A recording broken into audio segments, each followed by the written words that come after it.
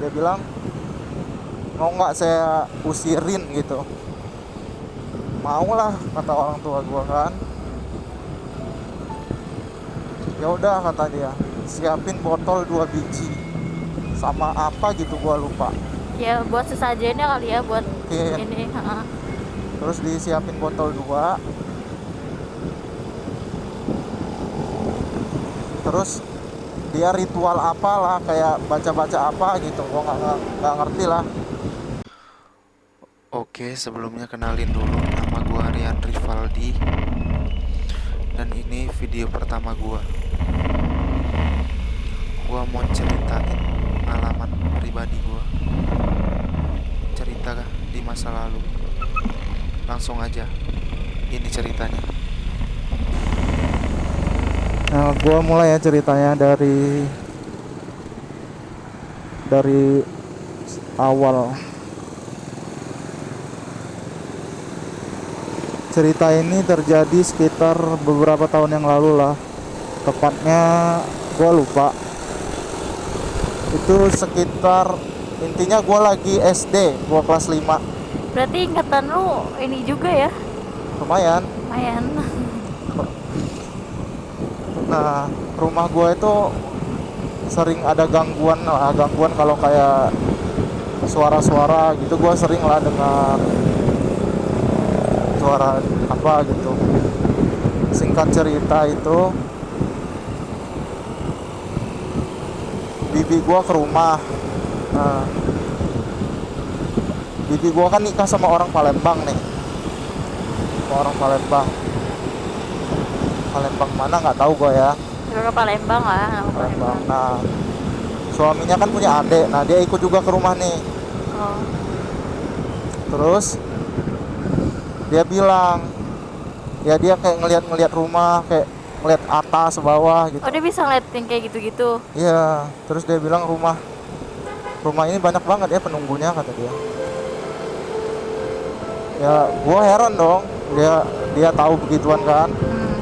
Terus dia bilang, mau nggak saya usirin gitu. Mau lah, kata orang tua gua kan. Ya udah, kata dia, siapin botol 2 biji sama apa gitu gua lupa. Ya buat sesajennya kali ya, buat Oke. ini. Terus disiapin botol 2. Terus dia ritual apalah, kayak baca-baca apa gitu, gua nggak ngerti lah. Terus dia bilang ke gua, nih udah saya masukin ke botol ini semua, kata dia kan. Kamu nih lihat, bisa ngeliat nggak? Dia botolnya itu diliatin ke gua, masih inget gua. Terus bisa ngeliat gak lo? Enggak, kayak asap gitu aja sih gua ngeliatnya. Biasanya kalau yang kayak itu kelihatan sih. Ya nggak tahu sih, tapi gua Soalnya gue pernah gua ngeliat ngeliat. juga. Nah, kan setelah itu dia berpesan, buang botol ini ke laut. Dia nyuruhnya sih ke laut Yang jauh. yang jauh. Terus ibu gua nyuruh paman gua, nih buangin ke laut gitu. Paman gua bilang iya iya aja kan. Itu paman lo tahu isinya apa? Tahu, iya iya aja. Singkat cerita lah ya, gua itu udah kelas 2 SMP. Gua kelas 2 SMP. Masih tinggal di rumah itu. Masih. Di suatu malam, entah kenapa jam 3 itu angker. Jadi rumah gua tuh jadi angker banget. Gua sering diganggu. Apa? Gua sering dengar suara kayak orang ketawa. Suara orang kayak harimau gitu, atau kayak genderuwo gitu loh, yang Kayak berisik banget gitu ya. oh, yang kayak gitu, tau gak sih? Iya. Nah, terus dari situ Itu lo jam 3 udah tidur atau belum tidur apa kebangun? gua kebangun sekitar jam 3-an gitu. Dari situ gua takut lah ya, gua tidur sendirian. Gua takut, akhirnya gua tidur sama orang tua gua kan. Nah, Setelah itu besoknya ya, malam, setiap malam gue selalu diganggu. Siap malam dong. Mungkin penunggunya suka sama lu kali. Ntar kita ada ininya, penjelasannya. Setelah itu malam itu gue nggak bisa tidur. Sekitar jam 2 ya, kamar gue itu digoyang-goyang. Yang orang gue tidur sama orang tua gue itu. Lu tau nggak sih kayak kamar yang ada kelambunya itu? Iya, tahu. Ah, itu digoyang-goyang kuat banget. Barbar sekali tuh hantu. Anjir, gua merinding banget. Ya udah kalau kayak gitu mah. Terus Berarti udah nunjukin ini anjir, barbar sekali. kata gua sama orang tua gua, bu, ini goyang-goyang kamarnya. Enggak, kata orang tua gua kan. Mungkin biar gua nggak takut lah ya. Iya. Digoyang-goyang terus ini kamar gua itu. Besoknya gitu lagi. Hampir setiap malam digoyang-goyang dia. Setiap tengah malam tuh. Iya, setiap tengah malam. Ya ampun. Gua sampai kayak orang stres karena gua nggak bisa tidur. Kurang tidur jadinya. Terus dari situ gua beli headset gitu. Gua musikan gitu kan malam-malam. Musikan gua pulin volumenya ya. Biar nggak dengar. Ternyata tetap kedengeran suaranya. Gak ngaruh sih. Nggak ngaruh, kayak di dalam kepala gua gitu. Iya. Karena lu udah biasa tengah malam denger, jadi terngiang-ngiang di otak lu lah.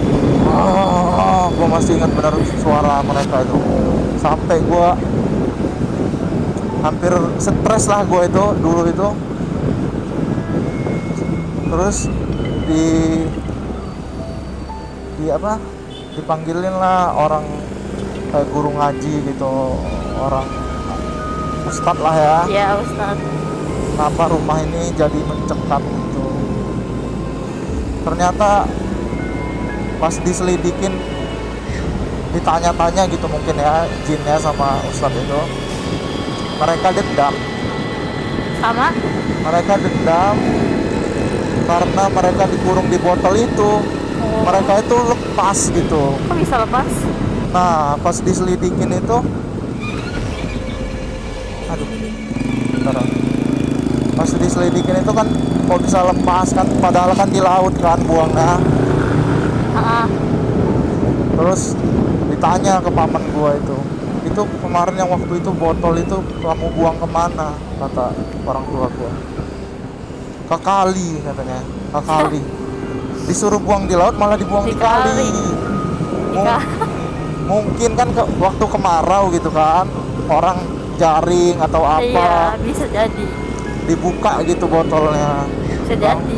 Langsung balas dendam mereka. Balik lagi ke rumah. Ya, balas dendam ke gua, katanya mereka pengen ngambil sukma gua. Kok kenapa anehnya itu kenapa gua? Emang gua salah apa? Gua kan waktu itu lagi kecil sih. Iya. Ya dari situ langsung dibersihin lah rumah itu sama ustadz itu. Dari situ gue udah tenang lah.